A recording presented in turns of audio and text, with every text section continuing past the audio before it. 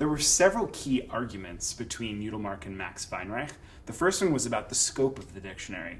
Max Weinreich thought it would be more practical to have a smaller Webster-like dictionary, and Yudel wanted a multi-volume Yiddish historical dictionary like the Oxford English Dictionary, something that could be anywhere from 10 to 12 volumes or even more. Yudel wanted to include in the dictionary anachronistic words, neologisms, obscure Hebraisms, and also possible words. That's words that are grammatically possible when you combine different elements of the language, but which haven't necessarily been used yet.